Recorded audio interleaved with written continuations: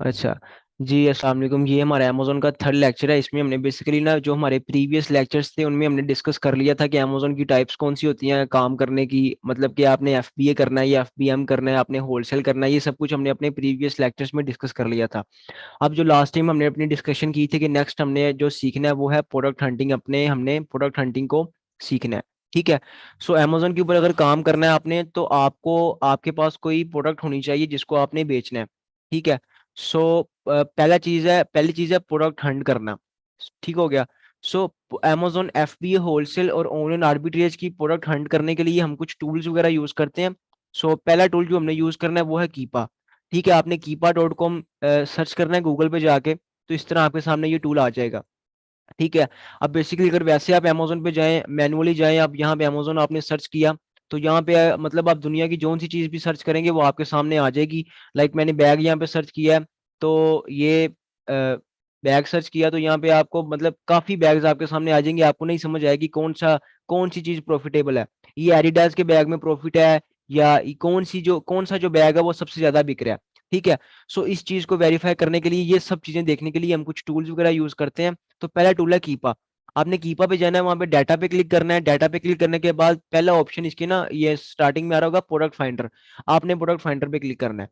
अब product finder पे click करने के बाद यहाँ पे नीचे कुछ ये हमसे क्वेश्चंस वगैरह पूछेगा, वो आपने वो क्वेश्चंस पुट करने हैं। लाइक वो आपसे जो टूल है वो पूछ रहा है अपना क्राइटेरिया पुट करो, इसको क्राइटेरिया कहते हैं। ठीक है। सो पहली चीज वो पूछ रहा है सेल्स रैंक। आपने जो आइटम अमेजोन पे बेचनी है उसका सेल्स रैंक क्या हो। ठीक है। अब आप कहेंगे सेल्स रैंक क्या होता है। बेसिकली अमेजोन के ऊपर जो भी आइटम बिक्री होती है ना, उसकी जो सेल्स होती हैं, सेल्स के हिसाब से अमेजोन उसको रैंक दे देता है। फॉर एग्जांपल एप्पल मोबाइल है, वो अमेजोन के ऊपर बिक रहा है, उसकी सेल्स सबसे ज्यादा है, तो अमेजोन उसको रैंक 1 दे देगा। ठीक है। उसके बाद अगर सैमसंग आता है, तो सैमसंग की सेल्स एप्पल से कम है, तो उसको रैंक 2 दे देगा।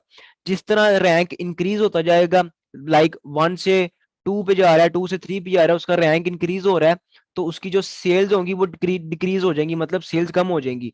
अब जो एप्पल है उसका रैंक 1 है, तो उसकी सेल्स ज्यादा होंगी। और जो दूसरा है लाइक वो होगा सैमसंग, उसकी जो सेल्स होंगी वो एप्पल से कम होगी, बिकॉज उसका रैंक ज्यादा है, इसलिए इस वजह से उसकी जो सेल्स होंगी वो कम होगी। ठीक है।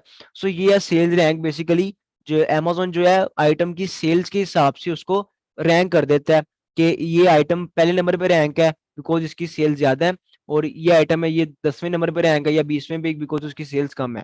ठीक हो गया। सो अब यहाँ पे आपने ना पुट करना है 90 डेज के अंदर अपना क्राइटेरिया। आपने जो भी चीज पुट करनी है वो 90 डेज में पुट करनी है। ठीक है।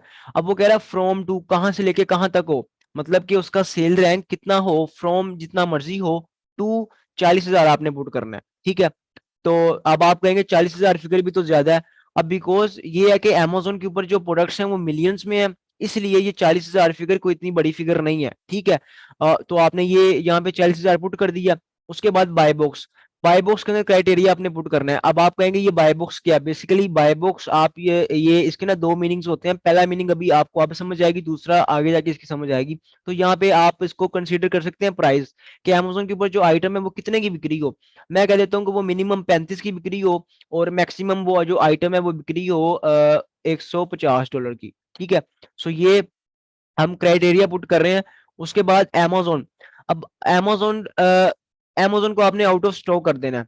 amazon को आउट ऑफ स्टॉक क्यों कर देना, बिकॉज जोन सी आइटम को amazon खुद बेच रहा होता है ना, उसको हम नहीं बेच सकते। ठीक है। उसको आपने फिलहाल आउट ऑफ स्टॉक कर देना है। ठीक हो गया। सो अभी राइट नाउ आपको थोड़ा सा मसला हो रहा होगा कि ये किस तरह क्राइटेरिया वगैरह पुट करें ये वो। तो जब एक दो दफा आप खुद प्रैक्टिस करेंगे या इसको अगेन देखेंगे लेक्चर को, या आप लाइक रिपीट करोगे, देन इंशाल्लाह आपको इसकी समझ आती जाएगी। तो ये है कि आपने ये चीजें ना साथ साथ नोट करते रहना है, किसी भी चीज के ऊपर मोबाइल में या नोटपैड पे, कि जो आपने कीपा के अंदर सेल्स रैंक पुट करना है वो कहाँ पे 90 डेज के अंदर 40,000 40,000 पुट करना है। ठीक है। बाय बॉक्स का प्राइस क्या पुट करना है, अमेजोन को आउट ऑफ स्टॉक कर देना है। ठीक है। सो ये चीजें आपने पुट करती रहनी है।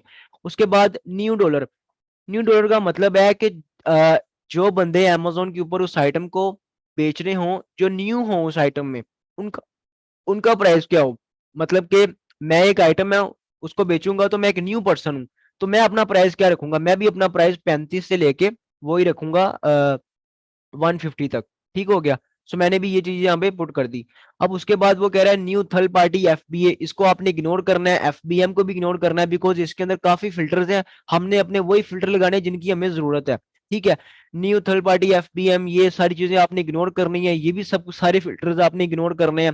नीचे कैटेगरी, अब यहाँ पे मेन चीज आ जाती है कैटेगरी के, हमने कौन सी कैटेगरी सिलेक्ट करनी है। ठीक है, मतलब कि एक आइटम है उसकी एक कैटेगरी होती है, जो मोबाइल है मोबाइल की एक अलग कैटेगरी है। ठीक है, जो प्रोडक्ट्स किचन में यूज होती हैं उनकी एक अलग कैटेगरी है, वो किचन की आइटम्स हैं। जो मोबाइल जो आइटम्स हैं वो इंडस्ट्रीज में यूज होती हैं, उनकी कैटेगरी इंडस्ट्रीज है।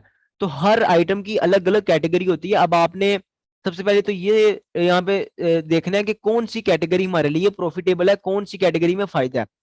अब ये सारी कैटेगरीज में आपके साथ डिस्कस करूंगा कि कौन सी कैटेगरी में क्या क्या होता है, कौन कौन सी किस किस टाइप की प्रोडक्ट्स होती हैं, तो हमने कौन सी आइटम कौन सी कैटेगरी में अपनी काम करना है। ठीक है, और कौन कौन सी कैटेगरी में मैं खुद काम कर रहा हूँ वो भी आपको अभी बता देता हूँ।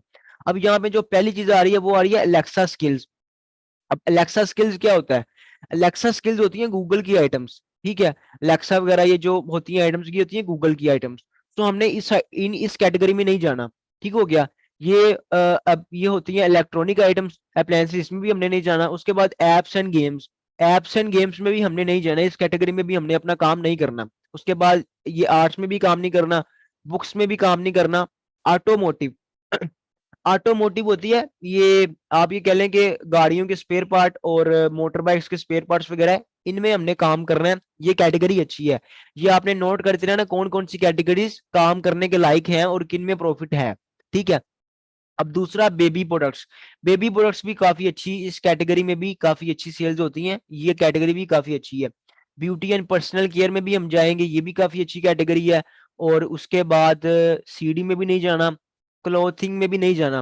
क्लोथिंग में क्यों नहीं जाना? बिकॉज क्लोथिंग में ये है कि फंड्स बहुत काफी ज्यादा आते हैं, और कपड़ा एक ऐसी चीज है जो जब कस्टमर के पास पहुंचता है तब उसको उसकी क्वालिटी का पता चलता है। तो वो गोरे होते हैं, उनको पसंद नहीं आता, वो रिफंड कर देते हैं, इसमें रिफंड बहुत ज्यादा होता है। और दूसरा कपड़े को मैनेज करना ये वो, लाइक इसमें एक तो ये है कि कंपटीशन भी बहुत ज्यादा है, सो हमने इसमें भी नहीं जाना। उसके बाद इनमें भी नहीं जाना, डिजिटल म्यूजिक इलेक्ट्रॉनिक्स में भी नहीं जाना, बिकॉज इलेक्ट्रॉनिक्स में रिफंड बहुत ज्यादा आते हैं, क्योंकि इलेक्ट्रॉनिक आइटम होती है, वो उसमें कोई भी इशू आ जाए तो वो हमारा लॉस होता है। सो इलेक्ट्रॉनिक में भी नहीं जाना। उसके बाद गिफ्ट कार्ड्स, ग्रोसरी में जाना है, ग्रोसरी काफी अच्छी कैटेगरी है, बिकॉज ग्रोसरी हर बंदे की जरूरत है, हमने जरूरत पे जाना है। ठीक है, तो ऐसी चीज जिसकी सेल्स कभी रुके ही ना, ग्रोसरी की सेल्स कभी नहीं रुकती। हैंडमेड आइटम्स में भी नहीं जाना, हेल्थ एंड हाउस होल्ड में भी जाना है, ये भी काफी अच्छी कैटेगरी है। होम एंड किचन में भी हमने जाना है। उसके बाद आ जाती है इंडस्ट्री, इंडस्ट्री की आइटम्स, इसमें भी हमने जाना है, ये भी काफी अच्छी कैटेगरी है। उसके बाद और अगर यहाँ पे कोई काम की कैटेगरी है तो वो है ऑफिस प्रोडक्ट और पेट सप्लाईज, तो काफी अच्छी कैटेगरी है ना, बिकॉज यूएसए के अंदर हर बंदे के पास कोई ना कोई मतलब बिल्ली कुत्ता वगैरह होता ही है। सो ये जो है ये कैटेगरी भी काफी अच्छी है। सो अभी हमने यहाँ पे ना एक कैटेगरी ना सिलेक्ट करनी है, कोई भी एक कैटेगरी मैं सिलेक्ट कर लेता हूँ, ग्रोसरी। ठीक है, अभी ये टूल मुझे ग्रोसरी कैटेगरी की आइटम्स निकाल के दिखाएगा, जिस जो मैं क्राइटेरिया लगाऊंगा उस हिसाब से। ठीक है, सो ग्रोसरी कैटेगरी मैंने सिलेक्ट कर लिया कि मैंने इस टूल को बता दिया कि मुझे ग्रोसरी की आइटम्स दिखाओ, बिकॉज मैं ग्रोसरी में इंटरेस्टेड हूँ। ठीक है, अब आपने नीचे आना है, ये सारे क्राइटेरिया भी आपने इग्नोर करने हैं। उसके बाद यहाँ पे एक ऑप्शन होगा, ये अकाउंट रिट्रीव लाइव ऑफर इसका मतलब है एफबीए, इसका मतलब है कितने लोग उस आइटम को पहले से बेच रहे हो, उसके ऊपर एफबीए कर रहे हो। मतलब कि जो आइटम आपने अमेजोन पे बेचना चाहते हो, जो आप फाइंड कर रहे हो, उस आइटम को पहले कितने लोग बेच रहे हो। मैं कहता हूँ उसको मिनिमम 3 बंदे बेच रहे हो और मैक्सिमम 15 बंदे बेच रहे हो। मेरे से पहले 3 बंदे कम से कम बेच रहे हो, ताकि मुझे यकीन हो कि अगर ये 3 बेच सकते हैं तो मैं भी उस आइटम को बेच सकता हूँ। ठीक है, मिनिमम 3 हो, मैक्सिमम 15-16, जितने इस हिसाब से हो। बाकी 15 से ज्यादा भी हो जाए कोई मसला नहीं है, उनकी सेल्स के हिसाब से हम उनको डिवाइड करके देख लेते हैं कि अगर सेल्स ज्यादा है, तो अगर बंदे भी ज्यादा है सेल्स भी ज्यादा है, तो इट्स मीन की कोई ऐसा मसला नहीं है। लेकिन सेल कम हो और बेचने वाले ज्यादा हो, देन ऐसी आइटम में हम नहीं जाते। न्यू ऑफर काउंट, यहाँ पे आपने न्यू ऑफर काउंट में भी आपने यहाँ पे पुट कर देना है इसको, इस क्राइटेरिया को भी आप इग्नोर करें। उसके बाद ये आपने ये पुट कर लिया। अब वो कह रहा है by book seller, by book seller वो कह रहा है कि जो आइटम आप Amazon पे बेचना चाहते हो उसको कौन सेल कर रहा हो, इसका इसका जो आप ये कह लें कि बेसिक मीनिंग ये है। ठीक है। अब उसको Amazon बेच रहा हो कि थर्ड पार्टी बेच रहा हो, मैं यहाँ पे थर्ड पार्टी सिलेक्ट करूंगा। वो क्यों करूंगा? बिकॉज मैं थर्ड पार्टी हूँ। एक कस्टमर है, वो Amazon के पास आया है आइटम को परचेज करने, कस्टमर फर्स्ट पार्टी है, ठीक है। Amazon सेकंड पार्टी है, मैं थर्ड पार्टी हूँ, ठीक है। Amazon ने फर्स्ट पार्टी को और थर्ड पार्टी को आपस में मिलाया है, और दरमियान में Amazon third party second party है, ठीक है। सो अब थर्ड पार्टी मीन के मेरे जैसे Amazon FBA सेलर्स, मैं यहाँ पे सिलेक्ट करूंगा थर्ड पार्टी, जो सेल्स है वो थर्ड पार्टी के पास जा रही हूँ। ये नहीं कि Amazon खुद आइटम को बेच रहा हो, बिकॉज कुछ आइटम्स ऐसी भी होती हैं जिनको Amazon खुद बेच रहा होता है, और जिनको Amazon खुद बेच रहा होता है तो उनको हम नहीं बेच सकते, बिकॉज Amazon अपने से खुद से FBA फीसेस वगैरह चार्ज नहीं करता। वो जो आइटम की कॉस्ट होती है, मतलब अपना प्राइस बहुत कम रखता है। फॉर एग्जाम्पल, एक आइटम है, एक कोक की बोतल है, मैं Amazon पे बेच रहा हूँ 50 की, ठीक है।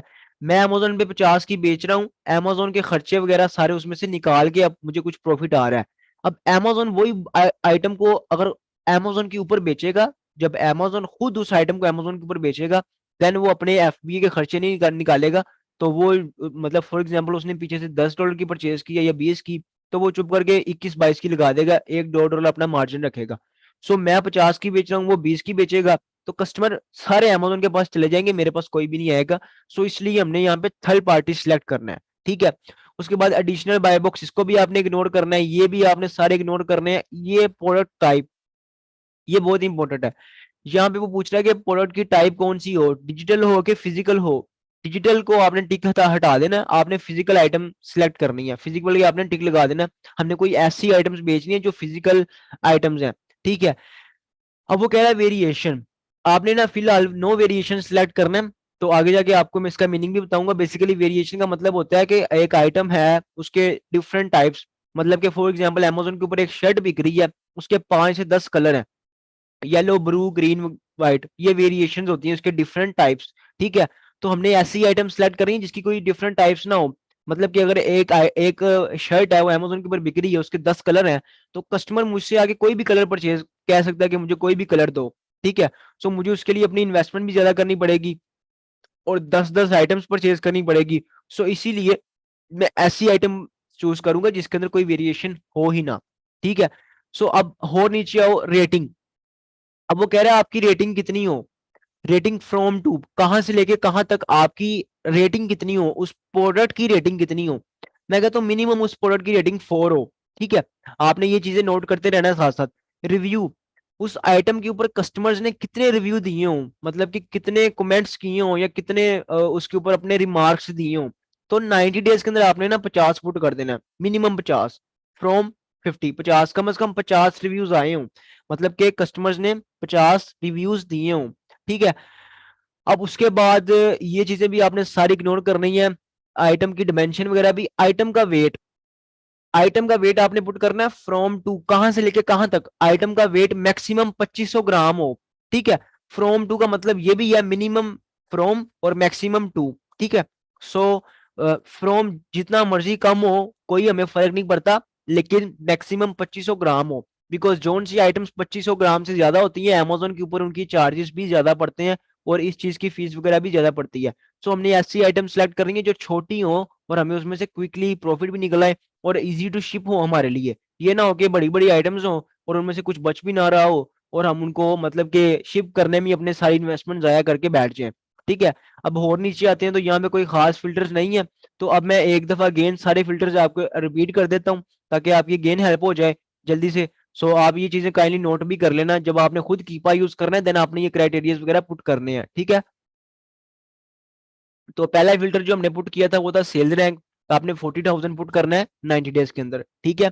सेल्स रैंक होता है कि एक आइटम है उसके जितना जितनी ज्यादा सेल्स होती हैं, Amazon उसकी सेल्स के हिसाब से उसको एक रैंक दे देता है, ठीक है। सो 40,000 सेल रैंक पुट कर दिया।